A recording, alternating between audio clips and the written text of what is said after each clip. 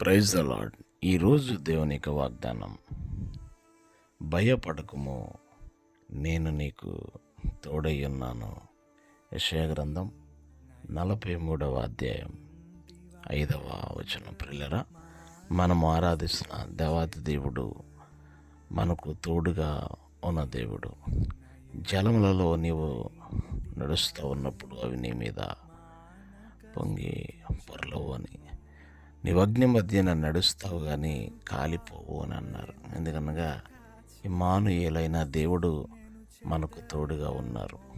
కష్టములో, నష్టములో, ఇరుకులో, ఇబ్బందులో మనుషులెవ్వరు కూడా మనకు తోడుగా నిలబడకపోవచ్చు, కానీ యెహోవా మనకు తోడుగా ఉండే దేవుడు. ఆయన మన కుడి ప్రక్కన మనకు నేడుగా ఉండి మనల్ని నడిపించి బలపరిచే దేవుడు. మీకు ప్రార్థించే దైవజనులు డేవిడ్ రాస్తే మిస్టర్స్ కాజా.